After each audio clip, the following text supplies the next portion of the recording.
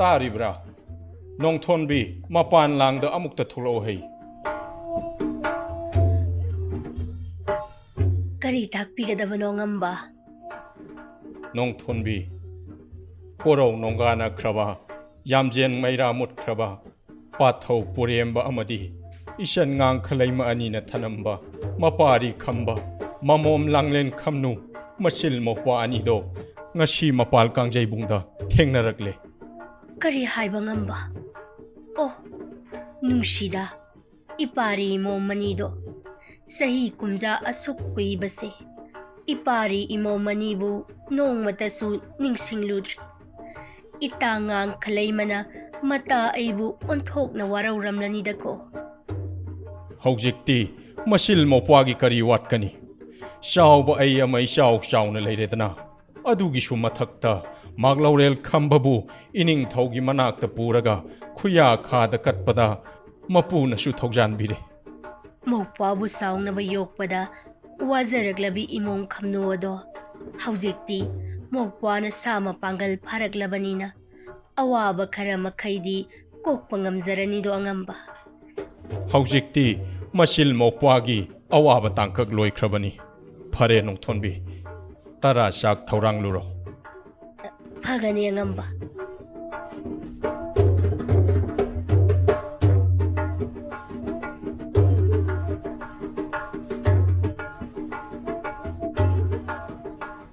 Isemgi Ibudhou Moirang Ningthongna kari takpirakpage Ichem hal Palem Panthogi Minglen Tabada No Pwabu Luna Sana Tawbirai Pagi Pare Pangjaro Pugi Pureb Yogjero Hainasu Mapu Mana Thogjan Biraki Hayeng Dagi Iku Chawa Nong Thongi Matung Inaduna Kangla Kaba Lepkano Hainasu Takpirai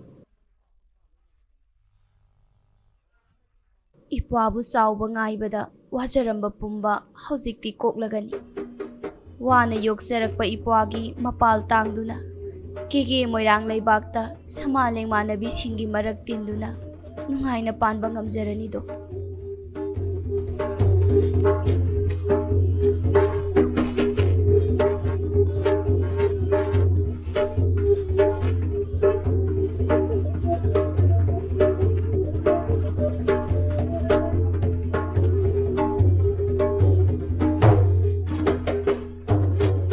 Kege Ningtho Purik Lai Ngangoi Leibak Mapurel Mapugi Kuya Khada Nanai Sauba Nong Thona Iya Napisik Kuu Leidata Kubam Changjau Tara Lonadun Kurum Jari Kege Leipak Lei Shaunaba Moirang Shahonga Hongnaba Leipak Mara Tapna Panaba Kumshi Kumjagi Chingu Thangjing Harauba Wanglen Matam Yorak Lido Chumyangamba Numit Achangba Tabana Changba Yinglaga Laipak Kinunga Yai Fanavagidamak Harau Gadabani Kumshidi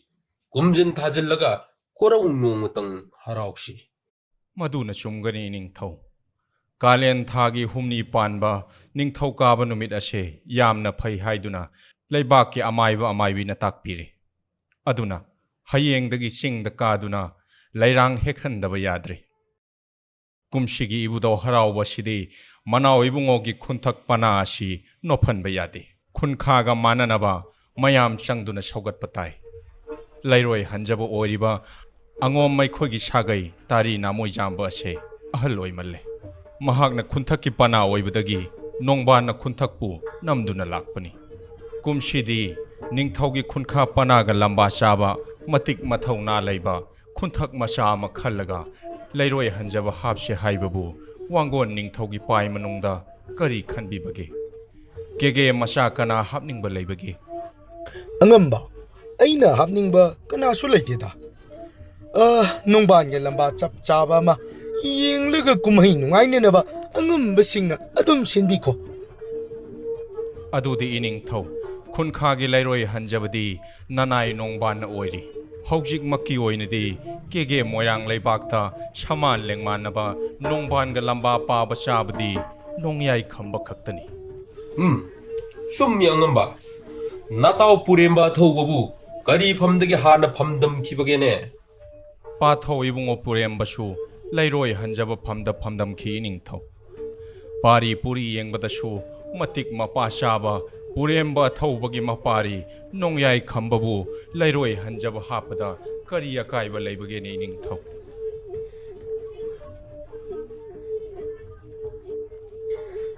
Angamba singnasu yabirabanina.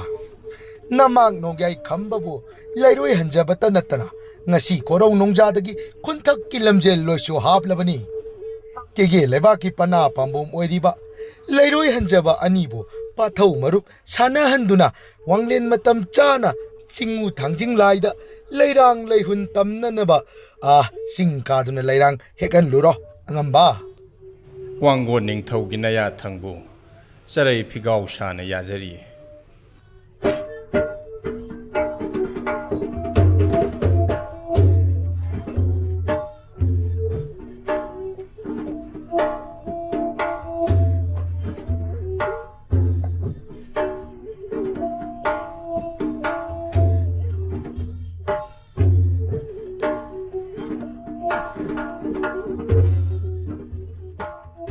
Idu ningthau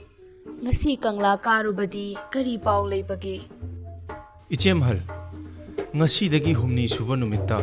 chingu thangjing haraugani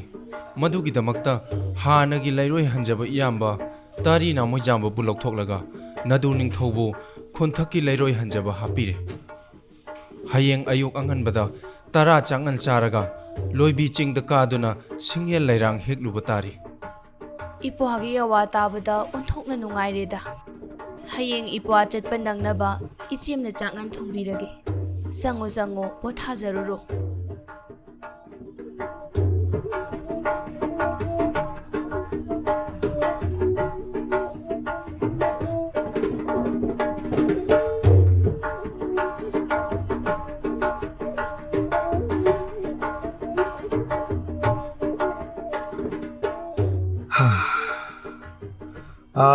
Ipagi langlen Thoibi.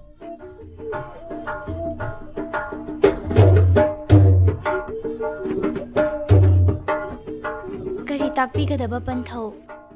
Ipagi langlen ibema. Ngasidagi humni suba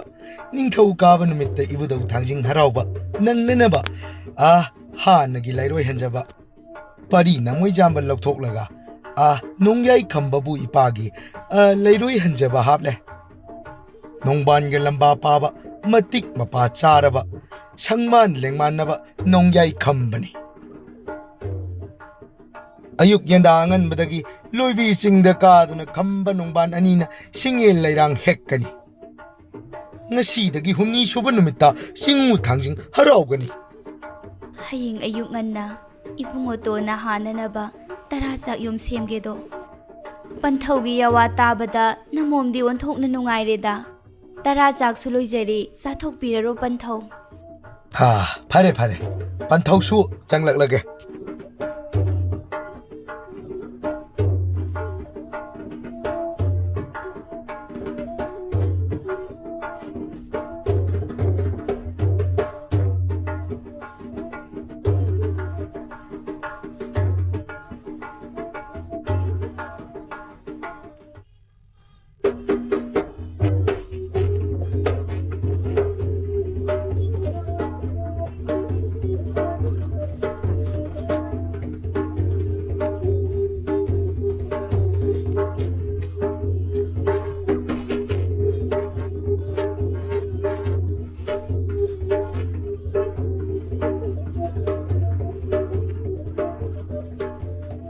Maza ibema ayuk yenda angan basida khongdoirakpabu kari takpigadaba. Ibungoton gini haidana inai senuga loinana ahing tumdaba makai semjaba taramathilni loksanbiyo ibungoton. Ibungoton laigi lei hekpada thawai yauna hekpiyu. Singel ahenba lairang ningthibabu khallaga hekpirao. Phagani maza ibema ichemhal unabiraroidra. Unazararoigi apokpa panthauna khomlen mikap thokdringai lona lakjabani khongdoi hunjarage. Khongdoi birasi maza ibema.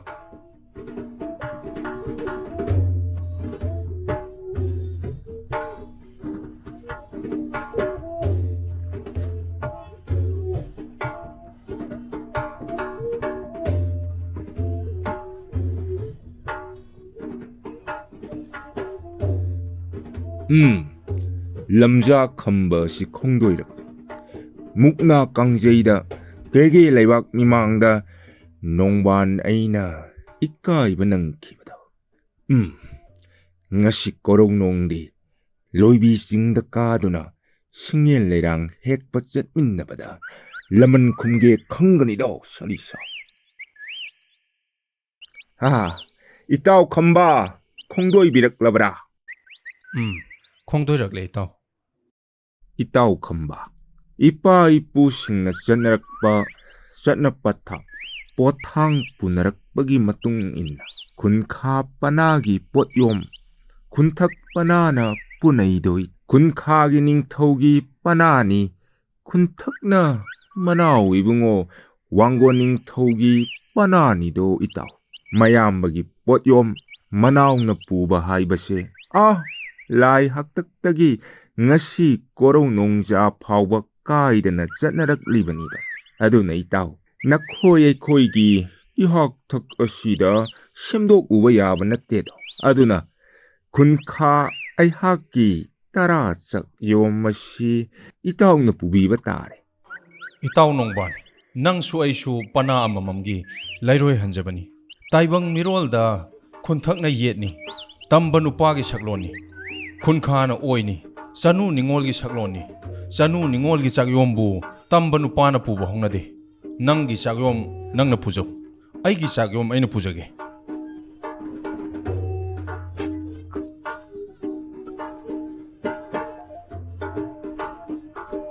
karige gi kokyan cha phude yan chiliba che nanggi chakyom se lawjo chakyom kaireda na itaw di paima pibuk nung ontok na patkidreda puningdrabasu nongbani kutta sinabiba mayaina maliyam leida hektalang tabiba sidi patmandeda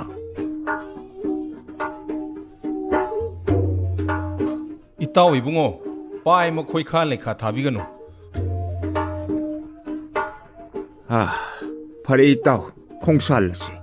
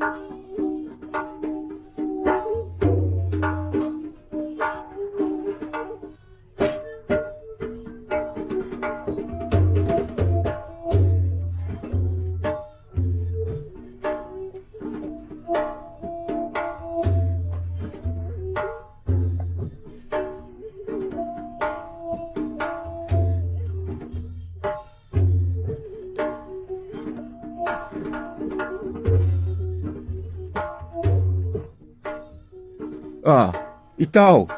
amuk tangay ko itaw khamba mangda uriba sangbray loktak satliba kokyang lei haraw lei nungare leirang leikhan su na satliba se angom khadrakpa ipana semba leikone kumja khudingi nongban aihakna heklaga singu thangjingda leilang libanine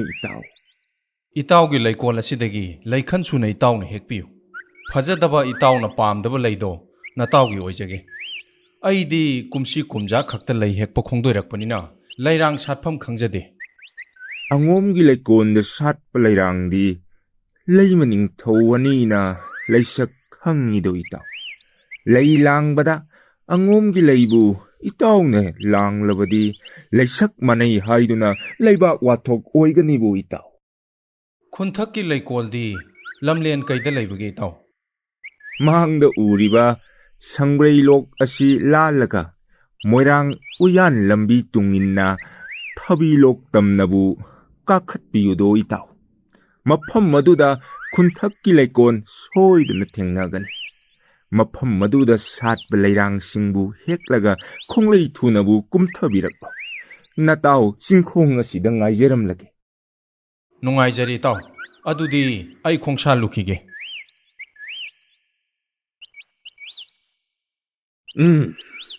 ꯑꯄꯪꯕ ꯂꯝꯖꯥ ꯈꯝꯕ ꯃꯤ ꯆꯪꯅꯕ ꯉꯝꯗꯕ ꯑꯁꯣꯡꯕ ꯆꯤꯡꯖꯥꯎ ꯀꯥꯔꯒ ꯂꯩꯔꯥꯡ ꯁꯥꯠꯄ ꯍꯧꯅꯕ꯭ꯔꯥ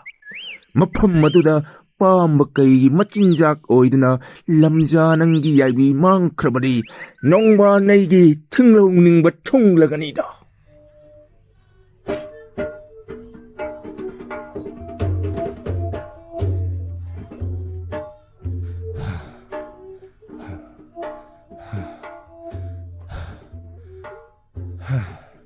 ꯏꯇꯥꯎ ꯅꯣꯡꯕꯥꯟꯅ ꯇꯥꯛꯄꯤꯔꯛꯄ ꯂꯝꯂꯦꯟ ꯊꯕꯤꯂꯣꯛ ꯑꯗꯨꯕꯨ ꯌꯧꯒꯗꯕ ꯀꯌꯥ ꯌꯥꯝꯅ ꯋꯥꯠꯂꯤꯒꯕ ꯏꯁꯥ ꯑꯁꯤꯁꯨ ꯆꯣꯛꯊꯕꯅ ꯂꯣꯏꯔꯦ ꯃꯐꯝ ꯑꯁꯤꯗ ꯉꯥꯏꯍꯥꯛꯇꯪ ꯄꯣꯊꯥꯈꯤꯒꯦ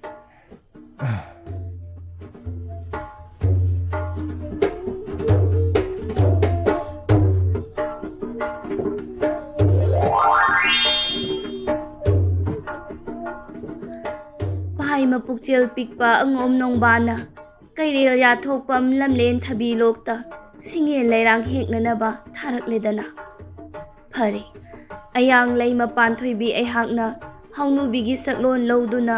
ꯅꯣꯡꯌꯥꯏ ꯈꯝꯕꯕꯨ ꯄꯥꯏꯊ ꯂꯝꯖꯥꯎ ꯇꯥꯅ ꯄꯨꯔꯒꯦ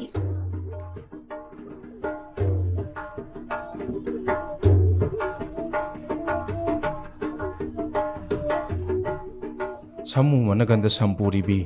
ꯃꯈꯨꯠꯇ ꯆꯩꯁꯨ ꯄꯥꯂꯣꯏꯅꯔꯤꯕꯤ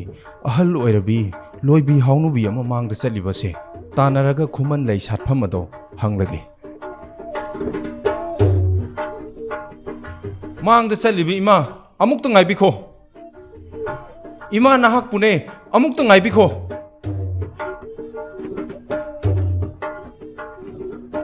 ꯏꯁ ꯀꯔꯤ ꯃꯇꯧꯅꯣ ꯆꯦꯟꯅ ꯇꯥꯟꯅꯕꯗꯁꯨ ꯐꯪꯕ ꯁꯨꯡꯉꯝ ꯍꯦꯛ ꯉꯝꯗꯅ ꯁꯨꯝ ꯂꯥꯞꯊꯣꯛꯈ꯭ꯔꯤꯕ ꯑꯁꯤꯕꯨ ꯂꯝꯂꯦꯟ ꯑꯁꯤꯕꯨ ꯀꯣꯟꯕ ꯂꯝꯂꯩꯃꯕꯨ ꯑꯣꯏꯔꯤꯕ꯭ꯔꯥ ꯃꯥꯡꯗ ꯆꯠꯂꯝꯕ ꯂꯣꯏꯕꯤ ꯍꯥꯎꯅꯨꯕꯤ ꯑꯗꯣ ꯃꯐꯝ ꯈꯪꯗꯅ ꯃꯥꯡꯈ꯭ꯔꯦꯅ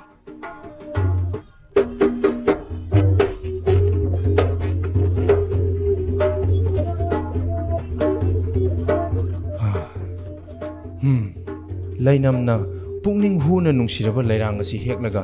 ꯆꯤꯡꯉꯨ ꯊꯥꯡꯖꯤꯡꯗ ꯀꯠꯂꯕꯗꯤ ꯅꯨꯡꯉꯥꯏꯈ꯭ꯔꯅꯤꯗ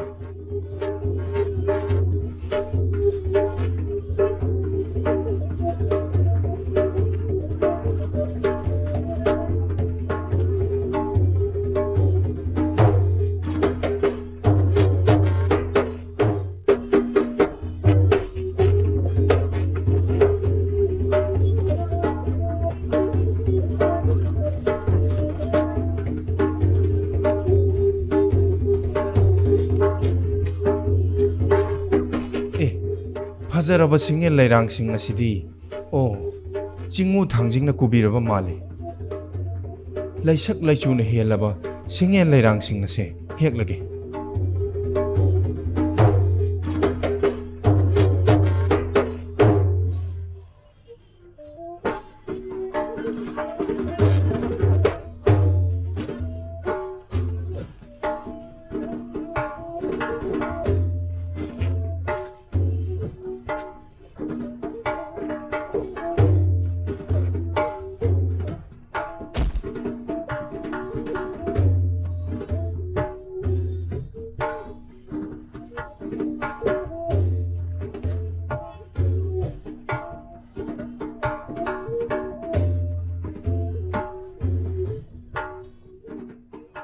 ꯑꯩꯅ ꯍꯦꯛꯂꯤꯕ ꯐꯖꯔꯕ ꯂꯩꯔꯥꯡꯁꯤꯡ ꯑꯁꯤ